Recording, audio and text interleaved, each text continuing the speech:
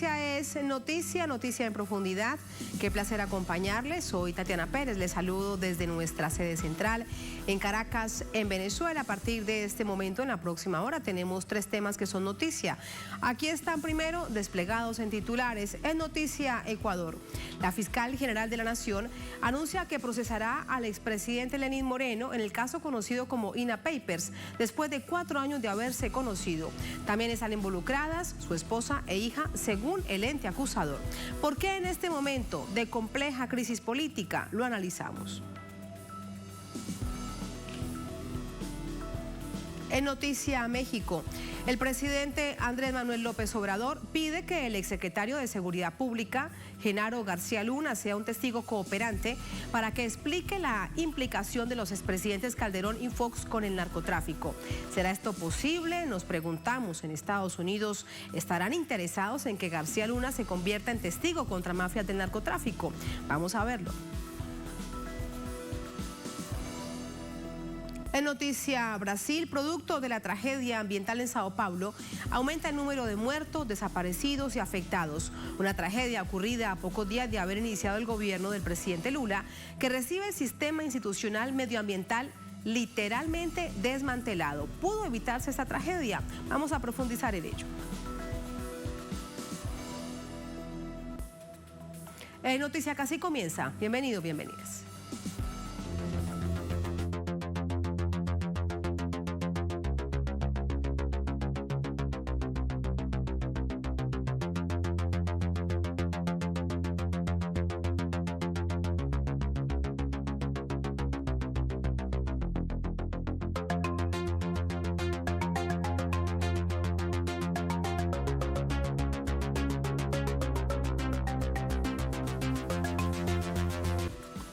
En Noticia Ecuador, la Fiscalía de esta nación procesa al expresidente Lenín Moreno 4 años después en el caso denominado INA Papers. La investigación se da en medio de la crisis institucional del gobierno del presidente Guillermo Lasso. Vamos a verlo. El expresidente Lenín Moreno será procesado por el delito de cohecho. El anuncio lo realizó la fiscal general, quien solicitará se formulen cargos en la Corte Nacional de Justicia. En el caso Sinohydro, conocido también como INA Papers. Hemos pedido a la Corte Nacional de Justicia fijar fecha y hora para la realización de la audiencia de formulación de cargos por el presunto delito de cohecho en contra de decenas de personas. Entre los 37 involucrados encabeza principalmente el expresidente Lenín Moreno Garcés, su esposa, 2 hijas y familiares directos, como sus 2 hermanos y cuñadas, entre otras personas. El monto del presunto cohecho sería de unos 76 millones de dólares que corresponderían a aproximadamente el 4% del valor contratado por la obra, que inicialmente fue de casi 1.979 millones de dólares, aunque en la práctica su costo rebasó los 2.245 millones. Según el anuncio de la fiscal, los valores en exceso convertidos en coimas habrían sido entregados por Sinohydro y canalizados a través de testaferros, bajo la imagen falsa de consultorías durante la construcción del proyecto hidroeléctrico Coca-Cola Sinclair, desarrollado por la empresa china. Son procesos que han tomado hasta 25 meses y más de 30 insistencias. En el caso de China, no ha sido respondida hasta el momento. Y han hecho que esta fase de investigación previa, si bien se haya extendido, hoy nos permita mostrar resultados contundentes. Este anuncio ocurre 4 años después que se involucrara al expresidente en el caso INA Papers, que está relacionado al entramado de corrupción, cohecho y conformación de empresas offshore. Analistas advierten que estos procedimientos son tardíos y encubren las denuncias de corrupción en el gobierno de Guillermo Lasso. En su momento, me acuerdo también Freddy Carrión, como defensor del pueblo, le pidió la prohibición de salida del país antes de que acabe el periodo de presidente. Fue en marzo del 2021. La fiscal hizo caso omiso, dejó que se vayan y que se escaparan estas autoridades, y por otros cargos más, no solamente INA Papers, sino por otros actos de corrupción que tiene pendiente el expresidente de la República. Ahora vemos una fiscal que, para mí, esto es una cortina de humo. Lenín Moreno, tras finalizar su mandato, abandonó el país en mayo del 2021. se trasladó a Estados Unidos y actualmente reside en Paraguay como comisionado ante la OEA en temas de discapacidades. Henry Pillajo, Telesur, Ecuador.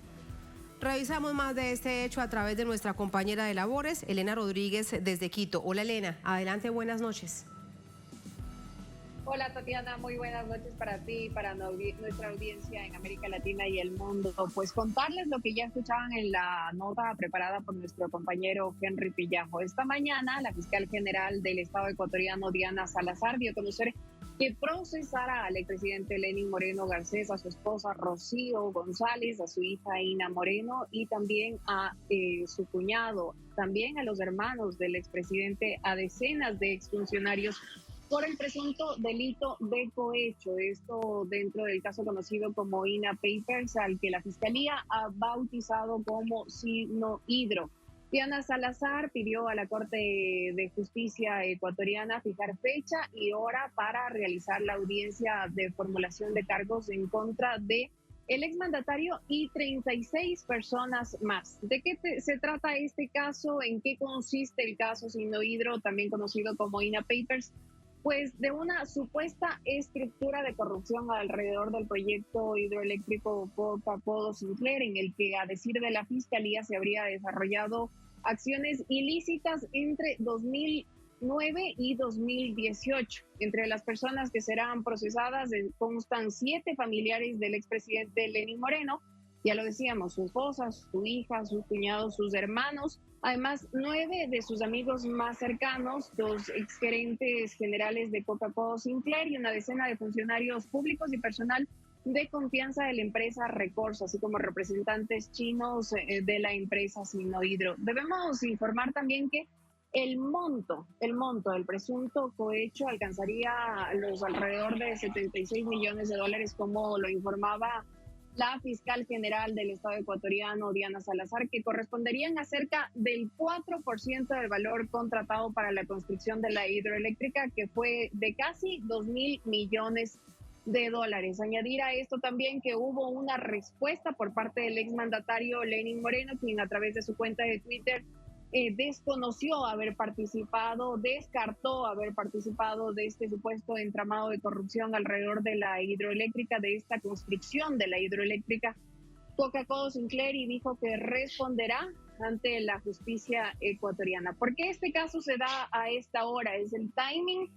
No lo sabemos, es una pregunta difícil de responder, sobre todo considerando que hay una investigación en la Fiscalía General del Estado y en la Asamblea Nacional en lo que respecta al actual presidente, al primer mandatario Guillermo Lasso, y el supuesto entramado de corrupción en las empresas públicas que se derivan de una denuncia realizada por un medio de comunicación digital, por La Posta, donde también se dijo que supuestamente, presuntamente, la mafia albanesa habría también financiado la campaña del actual mandatario Guillermo Lasso. Ahora el foco, la atención, está puesta en el expresidente Lenín Moreno.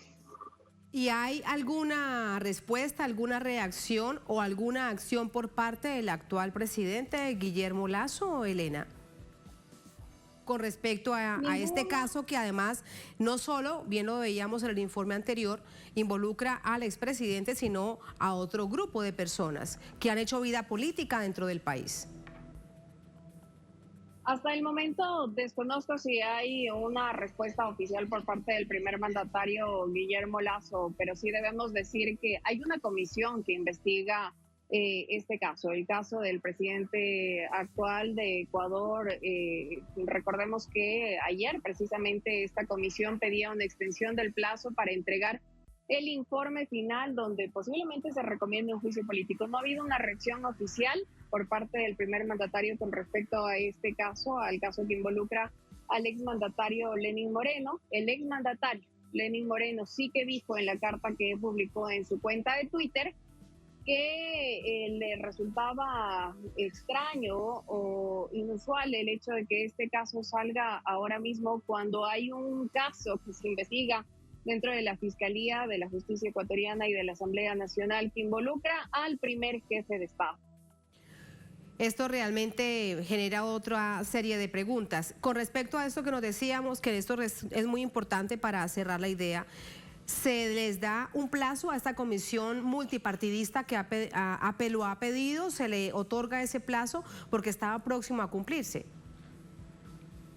Sí, la asambleísta Viviana Veloz, que es la presidenta de la Comisión Ocasional Multipartidista conformada en la Asamblea para investigar el caso denominado El Gran Padrino, que involucra al entorno más cercano del presidente Guillermo Lasso, pidió la extensión de un plazo de 10 días. Pidió 10 días, precisamente 48 horas antes de que culminara el plazo inicial de 30 días que tenía esta comisión para entregar un informe. Es decir, a partir de mañana tendrán 10 días más para entregar un informe final. En este informe final, como decíamos, se podría recomendar el juicio político contra el primer mandatario. Guillermo Lasso, el presidente de Ecuador, ha sido convocado en 2 ocasiones para rendir para dar su versión de los hechos a esta comisión multipartidista. No ha ido, no ha acudido, sí lo han hecho otros funcionarios públicos con rango de ministros y también otras personas involucradas dentro del caso. Lo que ha explicado la presidenta de la comisión también es que son muchísimos documentos, alrededor de 10.000 documentos que han tenido que analizar y que por eso solicitaban la prórroga para poder realizar el informe final y tener las recomendaciones y las conclusiones. Ese informe final debe ser sometido a la votación del Pleno de la Asamblea Nacional y en el caso de que recomiende un juicio político, por ejemplo, debe pasar otro filtro que es el de la Corte Constitucional. Así el escenario. Gracias, Elena, por contarnos el contexto en el que se da esta noticia de la que estaremos muy atentos. Gracias. Buenas noches. Buenas noches. Buenas noches. Así vamos a la primera pausa en esta emisión de Es Noticia. Al volver en Noticia México, el presidente de la Nación, Andrés Manuel López Obrador, pide que el exsecretario de Seguridad Pública, Genaro García Luna, sea un testigo cooperante para que explique la implicación de los expresidentes Calderón y Fox con el crimen organizado, con el narcotráfico. ¿Será esto posible? Nos preguntamos además. En Estados Unidos están interesados en que García Luna se convierta en testigo contra mafias del narcotráfico. Vamos a analizarlo al volver. Estamos en Es Noticia.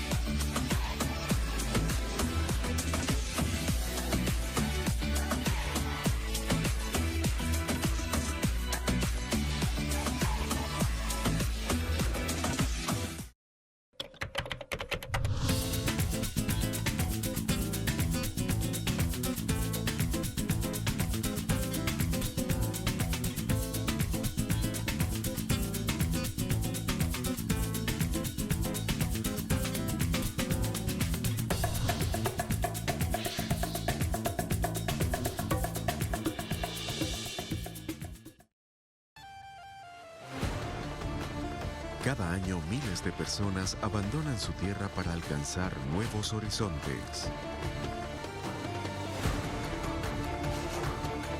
Una realidad de pueblos que luchan por su libertad.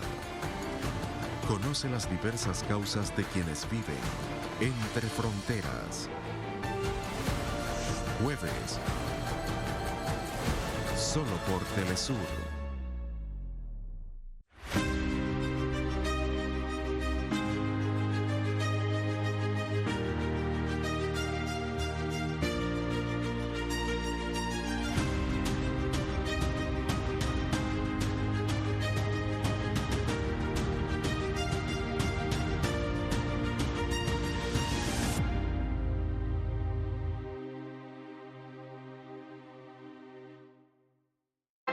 Desde el portal web europeo Dailymotion encuentras todo nuestro contenido en vivo, en español e inglés. Síguenos y mantente informado, porque Telesur siempre da más.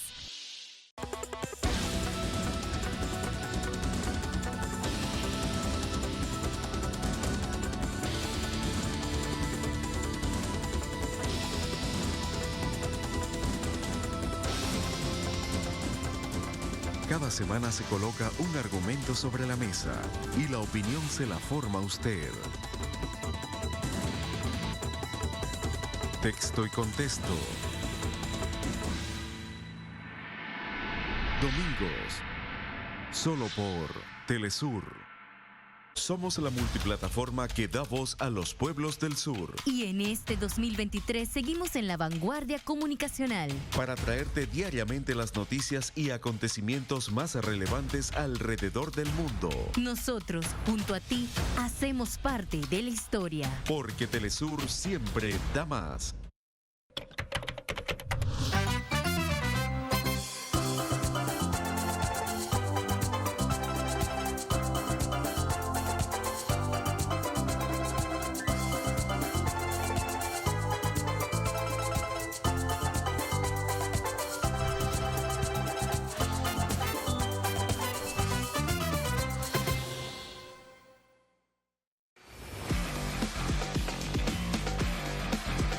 Las mejores jugadas y todo el acontecer deportivo suramericano y del mundo. Desde nuestra América Deportiva. Sábados y domingos.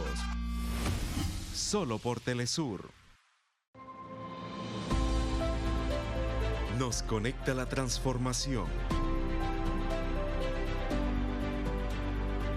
Nos mueve nuestro compromiso que crece cada año. Carabineros acosó a nuestra periodista Paola Dragni y Es latinoamericano. Creamos espacio para la integración de los pueblos del sur. Porque Telesur siempre da más.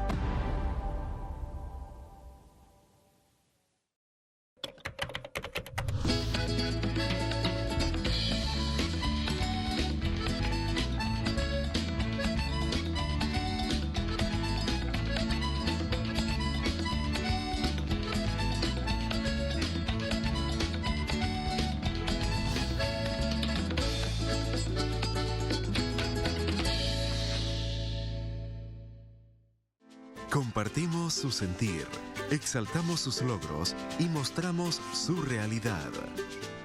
Nuestro enfoque es global y nos mantiene en sintonía con los pueblos.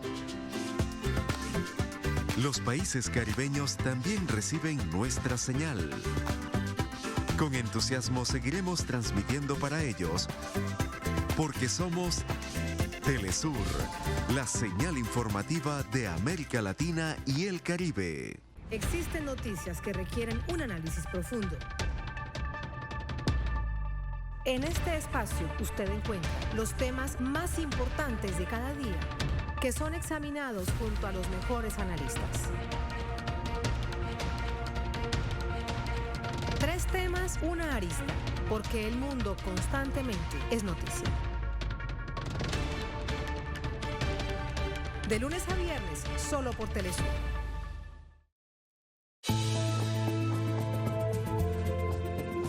El mundo sintoniza Telesur. Soy Rolanda de Jesús García Hernández, desde Ixcán, Quiché, Guatemala. Porque Telesur siempre da más.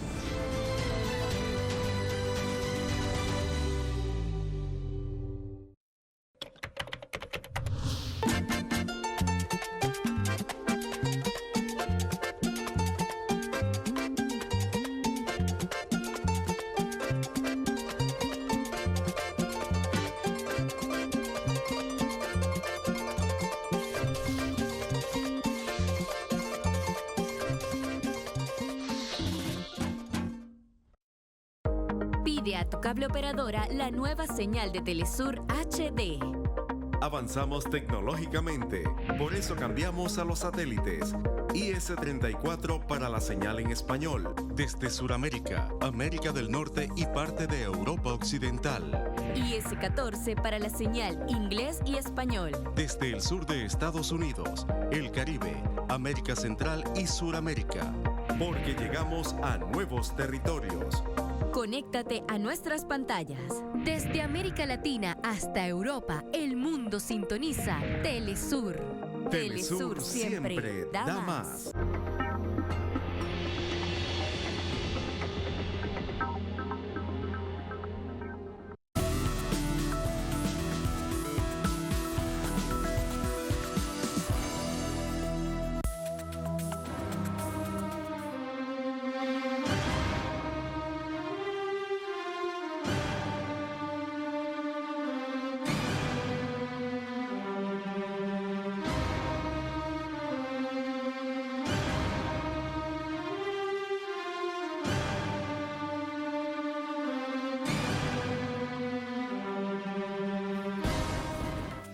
En Noticia México, la sentencia contra el exsecretario de Seguridad Pública, Genaro García Luna, por narcotráfico y corrupción sacude la política mexicana.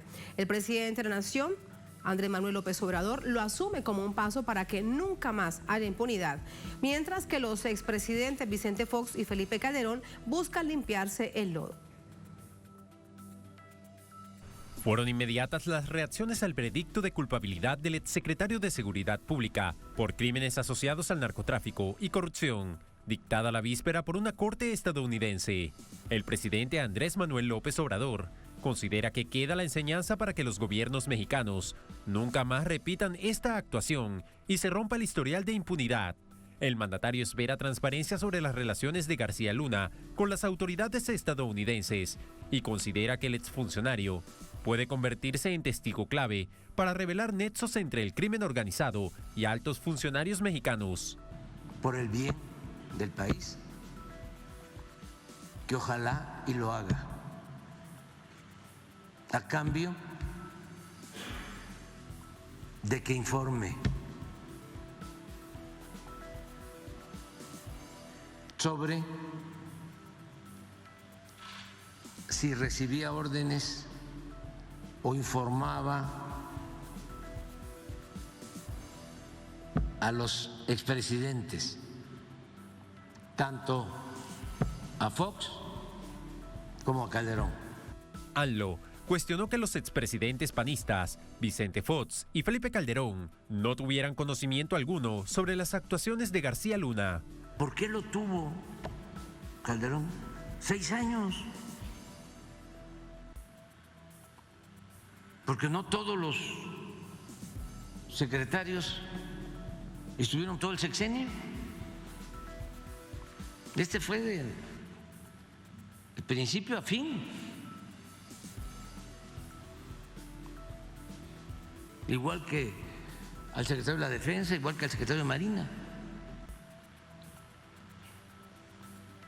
Nunca vio nada raro. ¿Cuáles eran los acuerdos? ¿Qué órdenes le daban?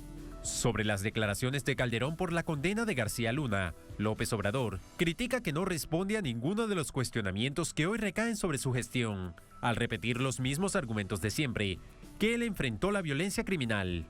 Que responde ayer Felipe Calderón no tiene nada que ver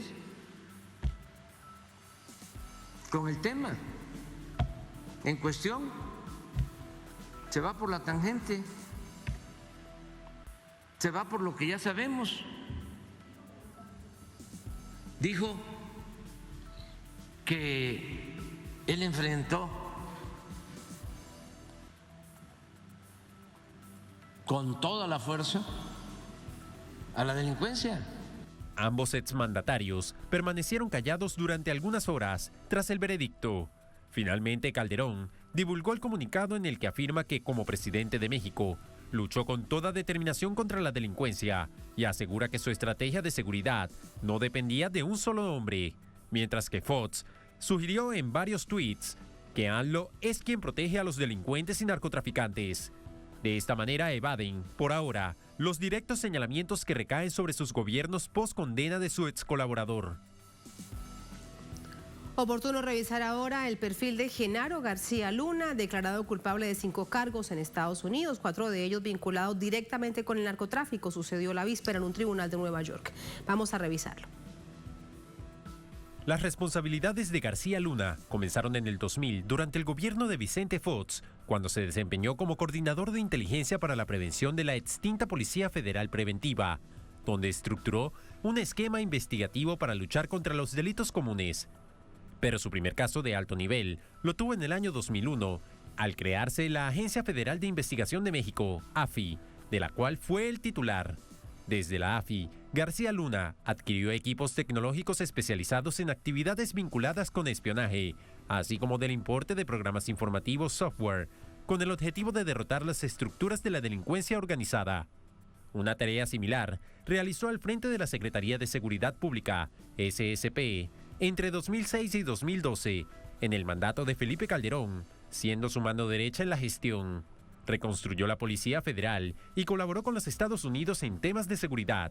Asimismo, incrementó la nómina de la institución a más de 20,000 funcionarios. Algunos hombres de su confianza, mientras estuvo al mando de la AFI, fueron acusados de apoyar al tráfico de cocaína a cargo de los hermanos Ismael y Jesús Zambada en el Aeropuerto Internacional de la Ciudad de México. El próximo 27 de junio será la audiencia condenatoria de Genaro García Luna, quien podría enfrentar cadena perpetua.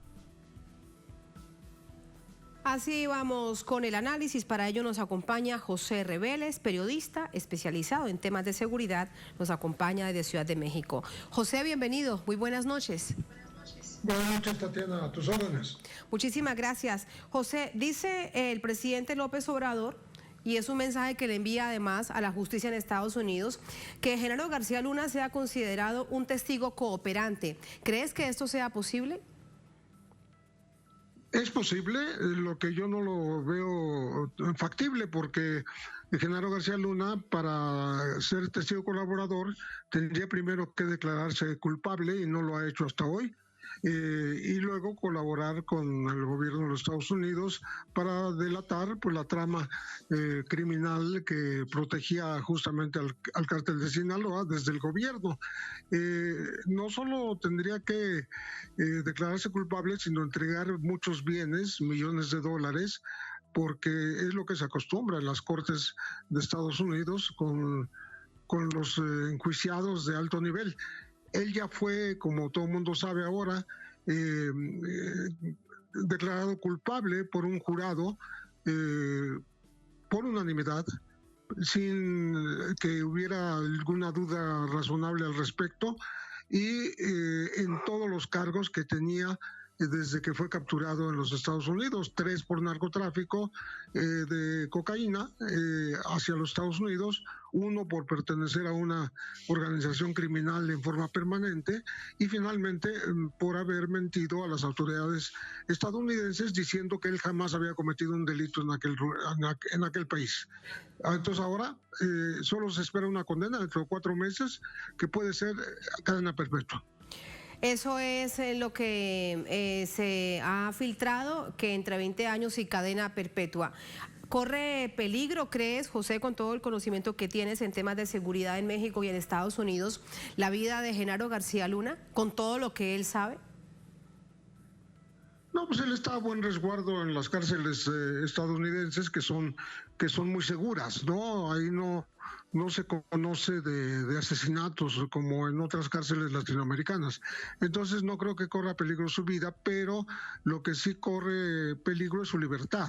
Desde 20 años como mínima hasta cadena perpetua o varias cadenas perpetuas, según lo considere el juez que le va a dar la sentencia el 27 de junio.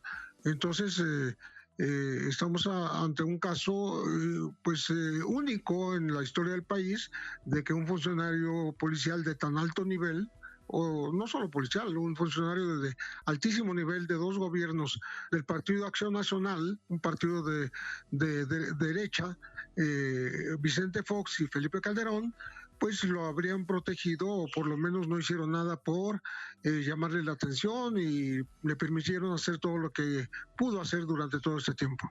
Sí, José nos dice, habla acerca de los peligros y también corre peligro entonces la propia verdad, porque si él decide no cooperar, esa verdad se quedará con él.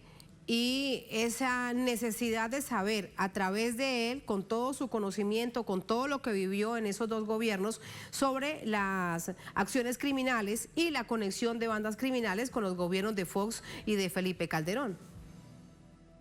Tienes razón, pero si México decidiese emprender en paralelo, más allá de lo que le pase a García Luna como individuo en los Estados Unidos, investigar lo que se describió en el juicio en días pasados, lo hizo la asistente del fiscal, la señora Sarita Tomati Reedy, de que García Luna y sus principales colaboradores, que eran empleados del gobierno, funcionarios del gobierno, tenían un propio cártel casi paralelo y para dar servicio al de Sinaloa.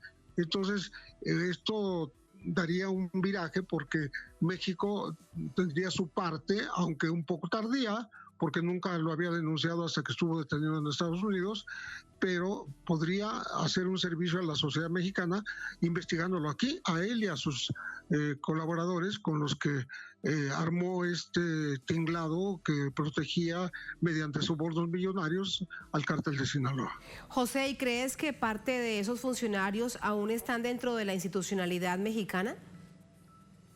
Sí, están, no lo creo, están muchos en algunas fiscalías estatales y también en la Fiscalía General de la República, operando también en la Secretaría de Seguridad Pública. O sea, son personas de carrera que tienen ahí muchos años y como no se les ha iniciado ningún proceso, no se les ha acusado formalmente ante una autoridad judicial, pues entonces siguen laborando como si nada hubiese pasado y con sueldos bastante altos. ¿Qué opinas de lo que ha dicho a través de este comunicado el expresidente Felipe Calderón? Él dice que todo esto es parte de una persecución política en su contra.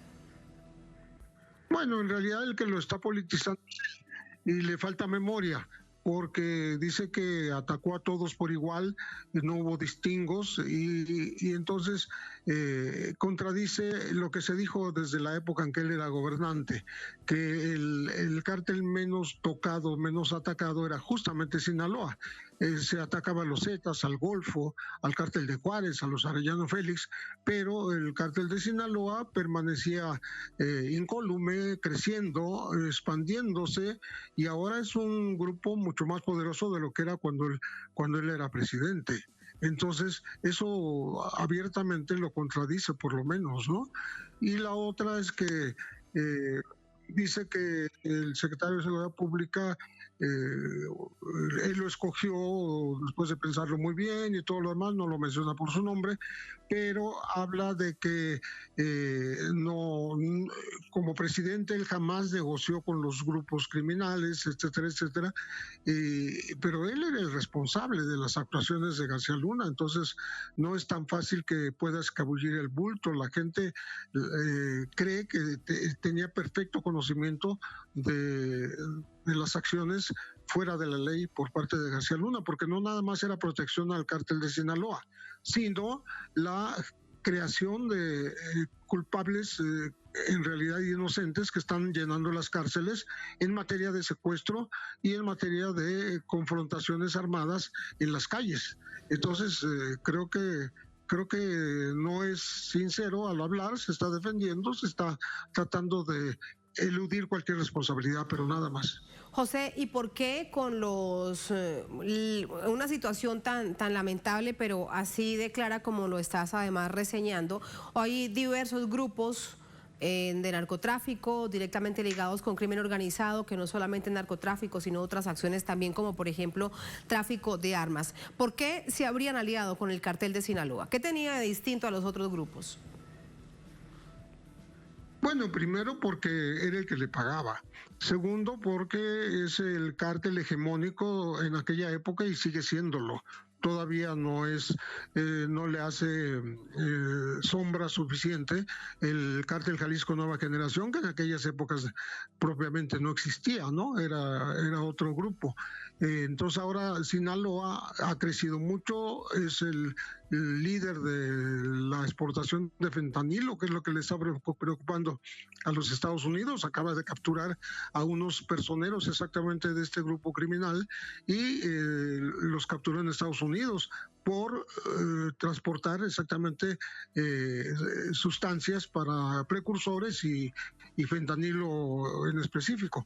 Es una preocupación muy importante del presidente Joe Biden, que la expresó cuando vino a México junto con el primer ministro de Canadá, Trudeau. Mencionó la droga por su nombre, porque está matando a más de 100,000 estadounidenses cada año.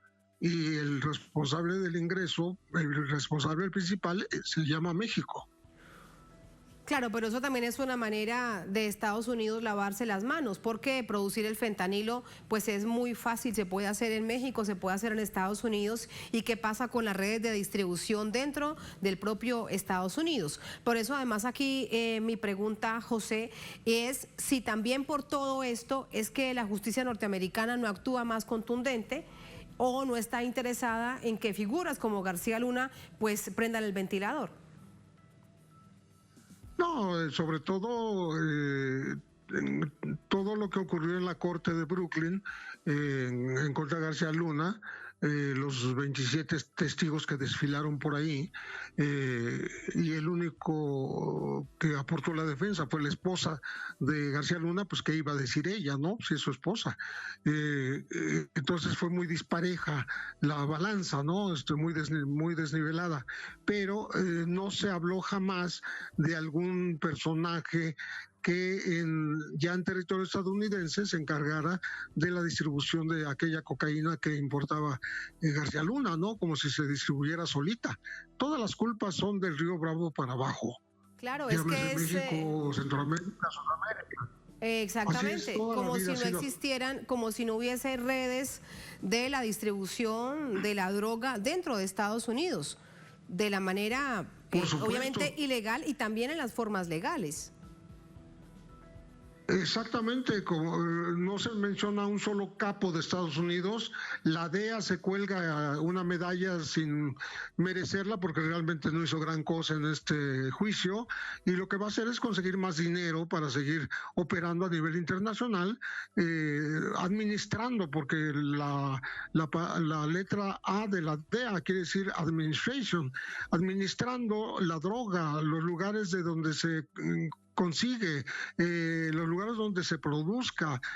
México particularmente está favorecido por esa frontera de más de 13.200 kilómetros con Estados Unidos, y por eso por aquí pasa la cocaína que se produce en el sur del continente, pero también aquí se fabrican todas las demás, se transforma el opiáceo fentanilo en laboratorios, las metanfetaminas, aquí se produce muchísima heroína, la marihuana, o sea, todo lo que Estados Unidos requiere lo tiene tras la frontera, y es a la que siempre se culpa, a los países que siempre se culpa de satisfacer a los adictos que son los de Estados Unidos y no otros. Claro, y que Estados Unidos, además, recordemos, es el primer consumidor, lamentablemente también siempre hay que decirlo, porque es la población la que sufre de distintos tipos de drogas. Estabas contando, por ejemplo, lo de fentanilo, mueren al año más de 100,000 personas producto de sobredosis de fentanilo. Para despedirte, José, ¿genera alguna dificultad para el propio crimen organizado? Ya aunque esté en la cárcel desde hace unos meses, Genaro García Luna, el hecho de que él ya esté tras las rejas, es decir, ¿pierden algún alfil desde una perspectiva política?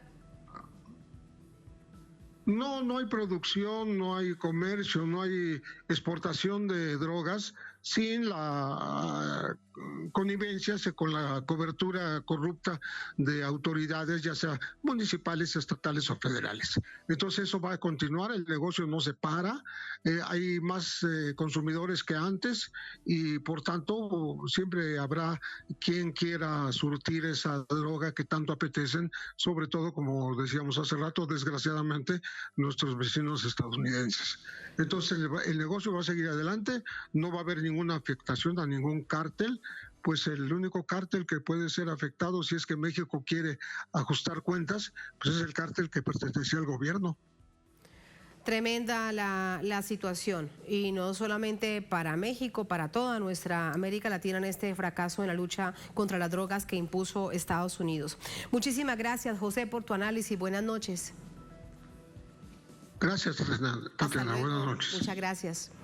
Así vamos a la última pausa en esta emisión de Es Noticia. Al volver en Noticia, Brasil. Producto de la tragedia ambiental en Sao Paulo, aumenta el número de muertos, desaparecidos, afectados.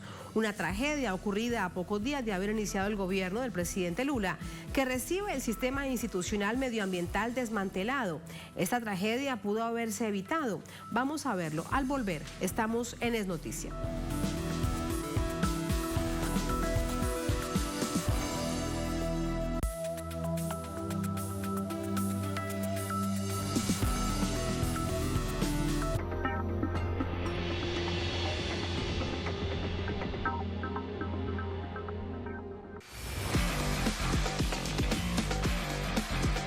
Las mejores jugadas y todo el acontecer deportivo suramericano y del mundo. Desde nuestra América Deportiva. Sábados y domingos. Solo por Telesur.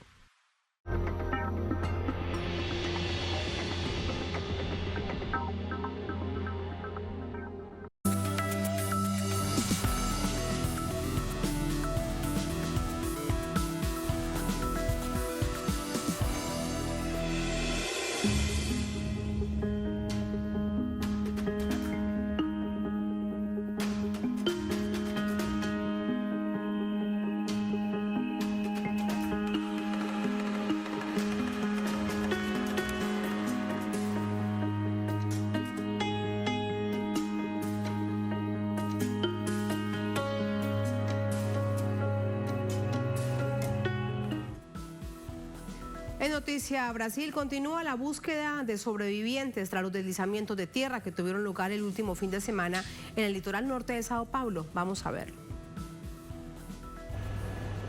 Brasil sufrió el peor temporal de su historia. En el litoral norte de Sao Paulo llovió durante 24 horas, el doble de lo que se esperaba para todo el mes de febrero. Decenas de personas perdieron la vida y centenares tuvieron que dejar sus hogares. El presidente Lula da Silva fue hasta la región y prometió esfuerzos articulados con autoridades municipales y del estado de Sao Paulo para atender el estado de calamidad y garantizar acceso a vivienda digna a los afectados. El problema de la construcción de casas para las personas que la perdieron va a soluciones de verdad. Ustedes solo tienen que buscar un terreno más seguro para que lo podamos decir a las personas. Ustedes volverán a tener su nido para cuidar a sus familias. La región más impactada es el balneario Barra do Saí, uno de los símbolos de la belleza natural y a la vez de la desigualdad en la región. Las viviendas precarias de los trabajadores sobre los cerros garantizan playas exclusivas para los turistas en una urbanización que no contempla riesgos de desmoronamiento. Por otro lado, el municipio de San Sebastián esperaba 500.000 turistas por el feriado de Carnaval, 5 veces más que el tamaño de su población. La ruta Río Santos fue destruida en varios trechos por los deslizamientos de tierra. Lo propio ocurrió con otros caminos internos y la salida de turistas en el feriado de Carnaval fue auto por auto o vía marítima, pero no todos pudieron salir. Estamos sin luz desde la madrugada del sábado para el domingo. La comida está acabando. Algunas personas consiguen comprar hielo y traerlo para mantener a las cosas de heladería en conservadoras. En nuestra casa ya no tenemos comida de heladería. Vinimos al centro y fuimos al mercado. No hay padí, pero algunas tostadas. No hay frutas, pero hay algunas legumbres. Hay bastantes puntos de donación de elementos para quien quedó desalojado. Los comercios locales, ONGs y escuelas se convirtieron en puntos de acopio de donaciones. La solidaridad entre turistas y habitantes también fue clave para resistir en los primeros días de la tragedia. Hubo un barrio completo al cual le llevamos más alimentos y ellos nos dijeron, no necesitamos, pueden llevárselos a otros. Porque la alcaldía había llegado y había realizado su acción. Demoró un poco, pero acabaron ayudando también. Son muchas personas para ser atendidas. Nosotros empezamos primero localmente, para luego hacer una asistencia en regiones más distantes. Brasil vive un desastre ambiental histórico, pero a su vez una normalidad de cada verano. Hace tan solo un año, más de 230 personas perdían la vida por un evento climático extremo similar en Petrópolis, estado de Río de Janeiro. Ignacio Lemus y Julia Nassif para Telesur. Vamos a entrar con el análisis de inmediato. Para ello nos acompaña Pedro Roberto Jacobi. Él es profesor titular senior del Instituto de Energía y Ambiente en la Universidad de Sao Paulo. Nos acompaña desde Sao Paulo. Profesor, bienvenido. Buenas noches. Buenas noches. Gracias por acompañarnos. Profesor, esta tragedia allí en esta zona litoral norte de Sao Paulo, ¿pudo haberse evitado? Es difícil decir de haberse evitado. Efectivamente, hubo una conjugación de factores que fue una frente fría, el efecto La Niña, y las características topológicas de la región que provocaron que una corriente de lluvias que debería haber estado en una extensión mucho mayor del territorio se redujo a una región menor, pero que no es apenas de la ciudad de San Sebastián. Es desde el balneario, desde la ciudad de Guarujá, que es próximo a la ciudad de Santos, hasta la ciudad de San Sebastián. El municipio de San Sebastián es, aparte de la propia ciudad de San Sebastián, donde está el puerto de San Sebastián, está repleto de playas, ¿no? Son 10 playas, por lo menos, de mayor escala. Y la playa de Saí es una playa bastante pequeña, pero bastante semejante a otras playas muy próximas de ella. Entonces, volviendo al tema, si se podría haber evitado, el volumen de agua fue el doble de lo que es el volumen de agua mensual. O sea, en Saí llovió 640 milímetros de agua en 24 horas.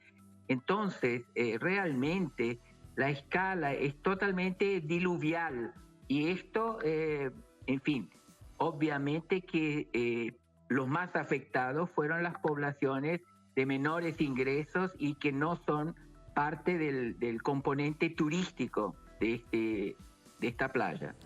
Sí, y allí lo que veíamos, por ejemplo, lo veíamos además en el informe que nos precedía de la tragedia en Río de Janeiro el año pasado, y es las zonas a donde llega población vulnerable, donde no deberían estar habitadas. ¿Qué hacer para que esto no siga sucediendo en el país? Bueno, esto es justamente la gran cuestión que afecta a 10 millones de personas en el país, ¿no? Con más de 14.000 áreas de riesgo, que es el reflejo de esta urbanización totalmente desigual, ¿no? Lo que yo puedo definir como la urbanización de los que tienen y la urbanización de los que no tienen. Entonces, efectivamente, los riesgos son mucho mayores para las poblaciones que viven en zonas no adecuadas, sin servicios y que justamente se resienten de la falta de programas habitacionales. Y como se mencionó en la materia, la venida del presidente Lula junto con el gobernador y el intendente del municipio de San Sebastián, el presidente Lula vino con 10 ministros trajo la gran cuestión de que es necesario tener una vivienda adecuada, donde la población no corra riesgos. Ahora es importante decir, esta población más afectada es la población que vive de forma permanente en el municipio y que trabaja en la construcción civil, que trabaja en los servicios domésticos, que trabaja en los servicios hoteleros, y que, como en tantas otras ciudades en Brasil y en América Latina, son mal remunerados y por lo tanto no tienen la capacidad de entrar en un mercado de inmuebles en los cuales tengan más seguridad para su vida. Claro, profesor, en ese mismo sentido, el presidente Lula dice que se reactiva de una vez por todas y con carácter de urgencia el programa emblemático de Mi Vivienda, Mi Vida. Pero sucede en un momento de dificultades económicas en donde seguramente no habrá casa, no habrá vivienda para tanta gente. Ante esa realidad, ¿cuál es su opinión? Mire, sin duda hay que tratar de pensar de la mejor manera posible para no expulsar a las personas, pero darles la seguridad. Si en este momento hay población que no puede quedarse en la región, en el local donde estaban viviendo, tendrán que ser alojadas en lugares que los municipios, junto con recursos del Estado y del gobierno federal, se permita generar. Entonces, este es un lado. El otro lado es mejorar mucho los sistemas de alerta, Ahora, es una región muy frágil, muy sensible, porque las sierras están muy próximas al mar, entonces el espacio, territorio disponible para urbanización es muy reducido. Entonces, inclusive, dado el volumen de lluvia diluvial, ¿no? Fueron también afectadas residencias de personas de clase media que tienen sus residencias o hoteles o hospedajes. Entonces, en ese sentido, este caso fue mucho más emblemático, digamos, de los eventos extremos que están multiplicándose y serán multiplicados cada vez más. Por lo tanto, el discurso de gobierno tiene que ser un discurso de vivienda con resiliencia, vivienda con seguridad, prevención cada vez mayor y no esperar las tragedias anunciadas. Por último, profesor, y en ese mismo sentido, cuando usted habla del sistema de alertas tempranas, recordar que durante el gobierno del presidente Bolsonaro lo que se denunciaba de manera permanente es que producto del no envío de recursos a estos sistemas de alerta temprano, pues muchos realmente desaparecieron. ¿Cuál es el panorama? El panorama es realmente el panorama de algo que, en fin, yo he escrito bastante sobre este tema, que es el desmonte de la política ambiental. Entonces, el gobierno Bolsonaro fue un gobierno predatorio, un gobierno destructivo. Y entonces hay que recuperar, ahí es el gobierno Lula con esta alianza, esta coalición política que va desde la izquierda hasta el centro y a veces un poco más que el centro, ¿no? Es un gobierno de restauración y al mismo tiempo un gobierno en el cual habrá que buscar todas las maneras posibles de recursos para reducir al máximo las posibles otras tragedias. Al fin y al cabo estamos al principio del gobierno, todos los veranos llueve y hay regiones en las cuales las lluvias no necesariamente son apenas en el verano. En este mismo momento en el cual estamos hablando de lluvias copiosas, de diluviales en el estado de São Paulo y también en algunas ciudades del nordeste, hay una sequía terrible en el sur del país, para ver los contradictorios que existen en la escala climática de un país de dimensiones continentales como el Brasil. Ese es el panorama. Gracias por esta explicación, profesor. Muy buenas noches por su análisis. Gracias. Muy buenas noches a todos. Hasta luego. Muchas gracias. A ustedes gracias por habernos acompañado. Ponemos punto final a esta emisión de Noticia. Será hasta mañana. Sigan con nosotros.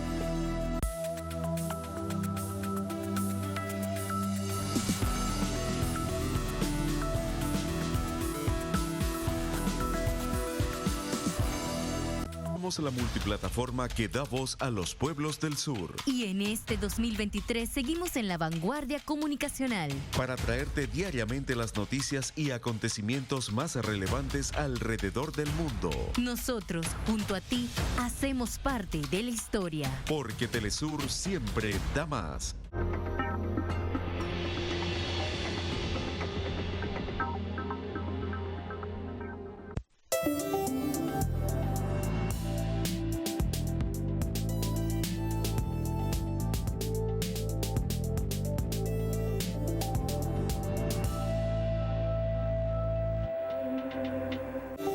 Bienvenidos y bienvenidas a Enclave Política. Soy Orlando Pérez y les acompañaré en los próximos minutos en